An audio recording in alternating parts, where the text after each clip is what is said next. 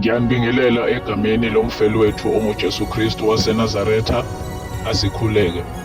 uNkulunkulu wethu, uNkulunkulu wezulu nomhlaba, Baba wethu osezulwini nonguyise womfeli wethu onguJesu Kristu, sisondela emasangweni akho sibongoza uNkulunkulu wethu, sidumisa igama lakho elingcwele. Namuhla Jehova, khuluma nathi ngezwi lakho. Izwi lakho linamandla, izwi lakho lingokuphila okungunaphakade. Siyakubonga Jehova ngezwi lakho, ngomfeli wethu ngoJesu Kristu obongwa manje kuze kube phakade. Amen. Bazalwane, ngiyanibingelela egameni lomfeli wethu ngoJesu Kristu. Namuhla nginamazwana amancane ngifisa ukwadlulisa kunina. Lamazwi athi kubuhlungu ukunikela. Lamazwi athi ukunikela ungeke kwahlukanise nobuhlungu. Lamazwi athi ukunikela ungeke kwahlukanise nokulahlekelwa. Bazalwane, ngivuke ekseni nginomcabango ongifikele. Ngilaleleke labantu abaye behambe beyinyangeni beyothwala ngoba befuna umnotho. Isikhathini esiningi baye izinyanga lezi uma zikhuluma ngeindaba lezi zokuthwala, baye bethi-ke ukuthwala ukuze kuzosebenza kufanele umuntu othwalayo adlule ebuhlungwini. Yingakho-ke isikhathi esiningi abantu abathwalayo baye benikele. Abanikeli-ke nanoma ngani, kodwa baye benikele ngezinto abayithandayo, noma baye benikele ngabantu abasey'nhliziyweni zabo kakhulu ababathandayo. Yingakho abanye baye benikele ngamakhosikazi wabo, noma ngabayeni babo, noma ngabantwana babo. Lesikhathi bezwa ubuhlungu, yilesikhathi-ke isithwalo sabo sisebenza. Lento yangithatha yangisa kuthina singabazalwane, ukuthi thina singabazalwane imfihlakalo yokunikela asikakambulelwa ngayo, ngoba thina siyakwesaba ukunikela bazalwane. Thina sifuna ukuthi sicaphune kusale. Thina sifuna ukuthi bazalwane sithakasele ubumnandi bokuba amaKristu.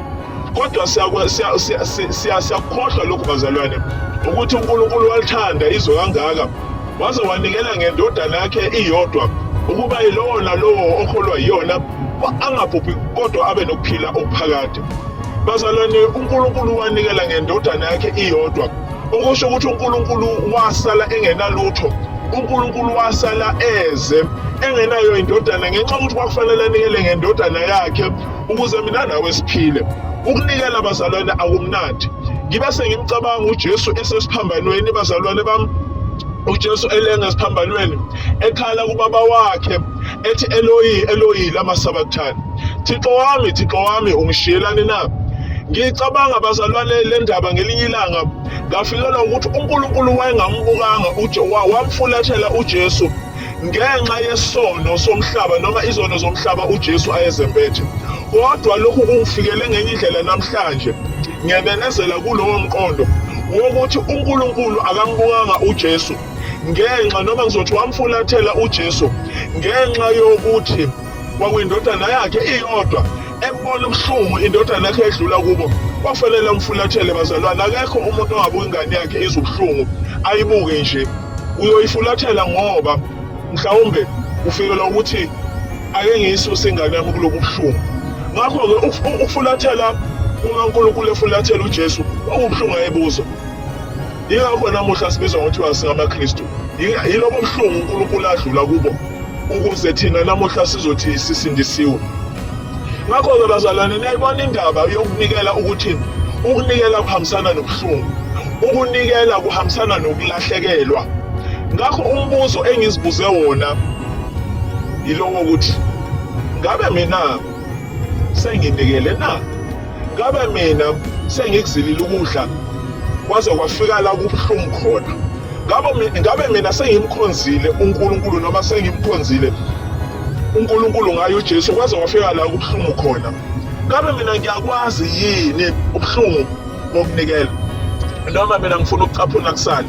Noma mina ngifuna nje ukuzwa ubumnandi bobuKristu ngaphandle kokuthi ngizinikele kuyena? Uma mina ngithi ngizinikele kuNkulunkulu, ngisho ukuthini?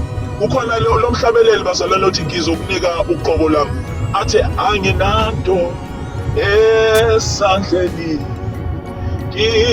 ngizokunika uqobo lwami. Umbuzo bazalwane uthi ngimnikile uNkulunkulu uqobo lwami? ngimnikele uNkulunkulu konke engiyikho ngasala ngize, noma mina ngifuna ukucaphuna kusala. Ngakho bazalwane, uma abombuso omnyama benayo lemfihlakalo yokuqonda ukuthi ukunikela kuyini, thina sihlulwa yini bazalwane bami ukuthi siqonde imfihlakalo yokunikela? Into esiyifundayo uma sifunda incwadi leya kaJohn 3:16 ithi uNkulunkulu walithanda izwe kangaka. Indlela uNkulunkulu ayilithanda ngayo izwe, wadela konke, wadela indodana yakhe eyayiyodwa ukuba ayinikele ukuze mina nawe sizosindiswa. Ikuphi-ke mina nawe bazalwane sesikudelile, sakudelela uNkulunkulu? Ikuphi-ke mina nawe bazalwane esesikwenzile kwaze kwafika la sizwa ubuhlungu bokudela noma bokusidela noma bokunikela uqobo lethu kuNkulunkulu? Bazalwane, this is a challenge that we have not understood the secret of sacrifice. The nature of sacrifice, bazalwane, can never be detached from the pain of sacrificing. So this morning, it is a challenge for all of us to understand that until we feel that pain of losing, until we feel that pain of being left with nothing, then we have not yet sacrificed. Have we meditated upon this word enough? Have we worshipped and praised this God enough such that we feel the pain? Bazalwane, the apostles know the pain because they went through a lot for our Lord Jesus Christ. Namuhla ngiyathemba ukuthi they are seated on the bosom of Abraham. Kuyikho nathi lokho esikufisayo as abazalwane, that one day we are seated in the bosom of Abraham. But before we do that, bazalwane, let us understand ukuthi sacrifice and pain can never be detached. Ngalawo mazwi bazalwane, I wish you a beautiful day. May the Lord God be with you, and may these words that are an inspiration from Him reach your hearts, touch your hearts, and change and transform your minds. In the mighty name of our Lord Jesus Christ of Nazareth. Amen. Let us pray. Moyongcwele, we thank you in the mighty name of our Lord Jesus Christ for the lessons that you teach us every day. Nkulunkulu wethu, we are nothing without you. Teach us today to understand the secret of sacrificing. Teach us today that the pain that we go through today is nothing compared to the glory that awaits us in heaven. Teach us today to love you and really sacrifice and give our lives to you without reservations. Teach us today to love you the way you loved us, and teach us today to love your children and others as you loved us. Teach us today to know that your love, Lord, has no reservations, that your love, Lord, is sacrificial. We thank you for your love and mercies that abound daily. In Jesus' name.